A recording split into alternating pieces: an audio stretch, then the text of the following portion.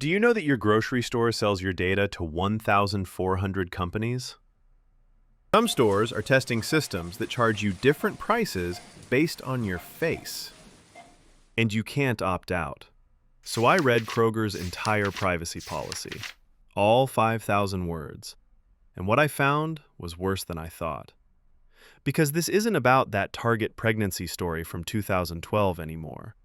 This is happening right now to 62 million American households, and most people have no idea. Here's how this started. Back in 2012, a dad walked into Target. His teenage daughter was getting coupons for baby clothes. He finds the manager. "She's still in high school, and you're sending her coupons for baby clothes? Are you trying to encourage her to get pregnant?" Manager apologized. Called him back a few days later. Turned out the dad was the one apologizing. His daughter was pregnant. Target knew before he did. Target had hired a statistician named Andrew Pohl. Gave him one job. Figure out if customers are pregnant, even if they don't want you to know. That was 2012, 14 years ago. So I wanted to know what they can do now. So I started with Kroger, biggest supermarket chain in America. And I found something interesting. They've got this subsidiary called 84.51. Never heard of it? Neither had I. So I looked them up. Turns out 84.51 tracks 62 million American households. That's nearly half the country. And they claim to have 35 petabytes of customer data. For context, the entire Library of Congress has 21 petabytes. Kroger has more data on Americans than the Library of Congress has on everything. Now, why would a grocery store need that much data? Well, according to Kroger's own investor presentations, 96% of their transactions are tied to loyalty cards. You know, that little card you scan to get $2 off milk? And in 2021, they made $150 million in profit from something called alternative profit businesses. I had to look up what that meant. It's corporate speak for selling your data. They're projecting that business will hit $1 billion a year. So I did what nobody ever does. I actually read the Kroger privacy policy, and buried at the bottom of their financial terms, I found this table. Look at this. They ask, "For our affiliates' everyday business purposes, information about your transactions and experiences. Does Kroger share?" Their answer? Yes. Then they ask the question you actually care about. Can you limit this sharing? And in cold, hard corporate font, they just say, no. Not maybe, not if you opt out, just no. Kroger even built something they call an income predictor, an algorithm that guesses how much money you make based on what you put in your cart. So who's buying this data? 84.51 lists over 1,400 clients on their website. General Mills, Unilever, Coca-Cola, Kraft Heinz. Basically, if you see it on a shelf, that company is paying Kroger for data about you. But I wanted to know how deep this goes. Turns out there's a whole industry of data brokers buying and selling grocery shopping information. ProPublica investigated this years ago. They found this company called Datalogics that collects loyalty card data and claims to track over $1 trillion in consumer spending. $1 trillion worth of purchases. And when Congress asked the big data brokers, Axiom, Experian, Epsilon, where they get their data, you know what happened? They refused to answer. Said it was a competitive secret.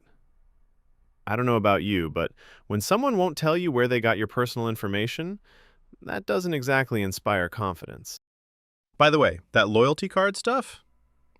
That's old news. I started looking into what's happening right now. And that's when I found this report from July 2025.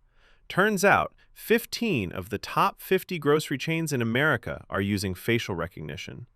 I reached out to the ACLU because they'd tried to figure this out. They sent letters to 20 major retail chains asking if they use facial recognition. 18 refused to answer. The one that did is Lowe's admitted they're using it. Now, they'll say it's for shoplifting. And look, I get it. Organized retail crime is a real problem. But once you have facial recognition infrastructure in place, what else can you do with it? Well, last year, 3 members of Congress sent letters to Kroger asking about surveillance pricing. Kroger's been installing electronic shelf labels since 2018, little digital screens instead of paper price tags. And the concern is, those labels could be paired with facial recognition to show different prices to different people. Walk down the aisle, camera scans your face, matches it to your loyalty card history, checks your income bracket, and decides you can afford to pay more for that cereal. Kroger denied they're doing this, said they have no plans to use facial recognition at digital displays. But here's the thing. The FTC is investigating surveillance pricing anyway, which suggests someone's already doing it. Oh, and Walmart's planning to install electronic shelf labels in 2,300 stores by 2026. So I started digging into lawsuits because that's usually where the truth comes out. Target's being sued in federal court in Illinois right now over facial recognition. Judge denied their motion to dismiss in November 2024, so that case is moving forward. Macy's is facing a $10 million claim after their facial recognition system misidentified someone and got them arrested. And Rite Aid? The FTC banned them from using facial recognition for 5 years. The FTC's order specifically said Rite Aid's system was especially harmful to Black, Asian, Latino, and women consumers. That's not me editorializing. That's the Federal Trade Commission's exact language. So we've got stores that won't admit they're using facial recognition, systems that have been proven to be racially biased, and companies getting banned by federal regulators. Now let's connect the dots. When I started looking into all of this, something became really clear. Back in 2012, when that Target pregnancy story broke, everyone freaked out. It was this huge controversy about privacy and how creepy it was for a store to know something that personal about you. Now, 84.51 has 35 petabytes of data. 18 grocery chains are scanning your face. Congress is investigating surveillance pricing. Data brokers are buying and selling $1 trillion worth of shopping data. And most people have no idea this is happening. I tried to find signage in stores warning you about facial recognition. Couldn't find much. I looked for Kroger disclosures about selling your data to 1,400 companies. Not on the loyalty card sign-up. So I'm sitting here looking at all this, thinking about that loyalty card they gave you, the one that saves you, 50 cents on milk? You probably have it on your keychain right now. You gave them your behavioral profile, your income bracket, your health data, every 2 a.m. snack run for the last decade. You traded your entire digital identity for 50 cents. That might be the worst deal in the American history. And don't get me wrong, that's totally their f***ed up. And here's the kicker.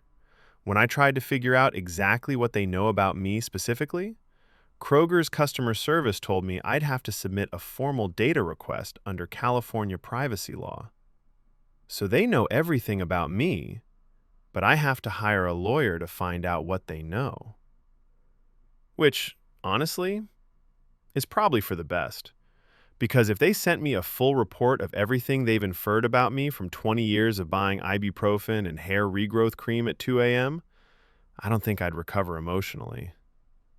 Look, I can't tell you to stop using loyalty cards. I get it. Gas is expensive. Groceries are expensive. But here's what I can tell you. That Target story from 2012 became this big scandal because people were horrified that a store knew something that personal.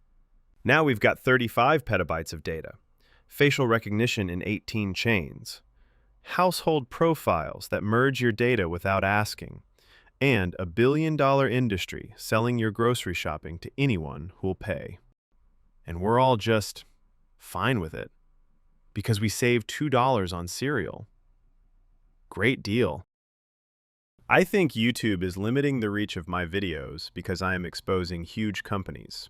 Subscribe to the channel, leave a like and a comment so the video reaches as many people as possible. See you in the next one.